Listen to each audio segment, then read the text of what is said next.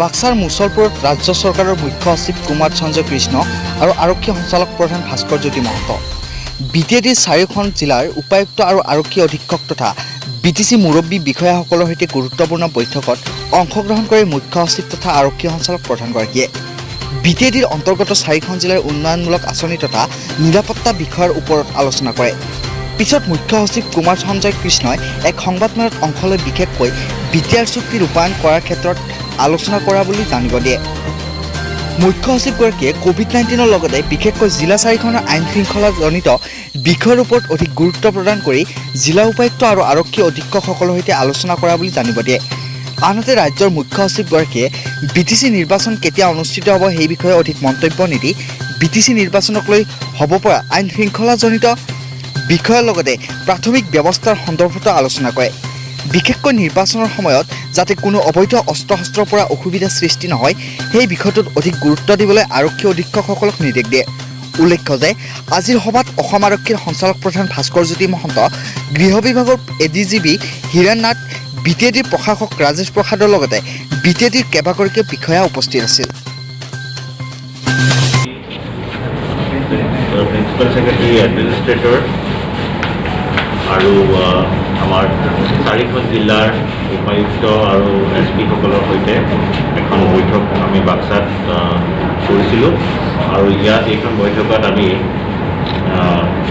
বহুত কথা ডিছকাছ কৰা হ'ল। ল এণ্ড অৰ্ডাৰৰ পৰা আৰম্ভ কৰি ডেভেলপমেণ্টৰ কথা, বড়ো একৰ্ডৰ ওপৰতো আমি কি কাম কৰিবলগীয়া আছে সেইখিনিৰ ওপৰতো আমি কিছু ডিছকাছ কৰিলোঁ। ডেপুটি কমিশ্যনাৰ এছপিসকলকো কোৱা হৈছে যে যিবিলাক কাম কৰি আছে সেইখিনি কাম আমি সোনকালে কৰিব লাগে।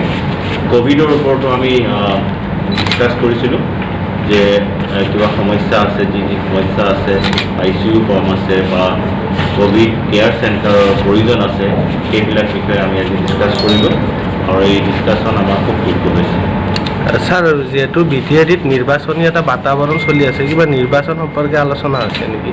কেতিয়ালৈকে হ'ব? আমি নিৰ্বাচন কেতিয়া হ'ব সেইটো কোৱাটো সম্ভৱ নহয় মোৰ ফালৰ পৰা। ষ্টেট ইলেকশ্যন কমিশ্যনে জনাব ইলেকশ্যন কেতিয়া হ'ব, কিন্তু ইলেকশ্যনটো এটা সময়ত হ'বই। এতিয়া নহ'লেও 2 মাহ 3 মাহ 4 মাহৰ ভিতৰতো হ'ব। সেই ইলেকশ্যনৰ সংক্ৰান্তত যিসকল ৰিটাৰ্ণিং অফিচাৰ আছে তেওঁলোকে পলিং ষ্টেচনৰ পৰা আদি কৰি সকলো ব্যৱস্থা যাতে ক'ভিড প্ৰট'কল মতে কৰে। আপোনালোকে জানে ইলেকশ্যন কমিশ্যন অফ ইণ্ডিয়াই অলৰেডি এটা বিহাৰৰ ইলেকশ্যনৰ কাৰণে SOP এটা পাব্লিছ কৰিছে আৰু সেই SOPৰ ওপৰত বেছ কৰি ষ্টেট ইলেকশ্যন কমিশ্যনে জিলাৰ উপায়ুক্তসকলক জনাব আৰু সেইটোৰ ওপৰত বেছ কৰি পেলাই ইলেকশ্যন পতা হ'ব। কিন্তু তাৰ কাৰণে প্ৰিলিমিনেৰী কিছুমান ব্যৱস্থা ল'বৰ কাৰণে উপায়ুক্তসকলক আমি আজি মিটিংখনত ডিছকাছ কৰিছোঁ। এই বিষয়ে আলোচনা কৰিছোঁ, সেইখিনি কথা মই ইয়াতে ক'ব নোৱাৰোঁ।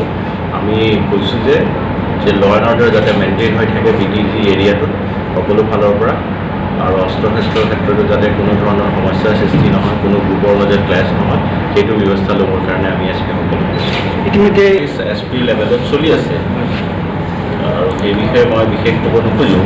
কিন্তু অলপতে যিহেতু বড়ো একৰ্ডখন যেতিয়া চলি হৈছিলে সকলো উগ্ৰপন্থী দলেই তাত পাৰ্ট লৈছিলে আৰু তেওঁলোকে অলৰেডি আৰ্মছ চাৰেণ্ডাৰ কৰিছে আৰু আমাৰ যিটো খবৰ আছে যে কিছুমান হয়তো এতিয়াও আছে, সেইখিনি অনাৰ ব্যৱস্থা কৰিবলৈ আমি জিলা প্ৰশাসন কোৱা হৈছে। জানে যে বড়ো চুক্তি হোৱাৰ পিছতে ক'ভিডৰ সমস্যা আহিলে, লকডাউন হ'ল গোটেই দেশতে। সেই সমস্যাৰ কাৰণে যোৱা 3-4 মাহ আমাৰ এনেকৈ গ'ল। কিন্তু এতিয়া অসম চৰকাৰে যিখিনি ব্যৱস্থা ল'ব লাগে আৰু ভাৰত চৰকাৰে যিখিনি ব্যৱস্থা ল'ব লাগে সেই ব্যৱস্থাখিনি অহা 1 মাহৰ ভিতৰত আমি লোৱাৰ ব্যৱস্থা কৰিছোঁ। য'ত কমিশ্যন এষ্টাব্লিছ কৰিব লাগে, কমিটি বনাব লাগে, সেই কমিটিবিলাক কৰা হৈছে।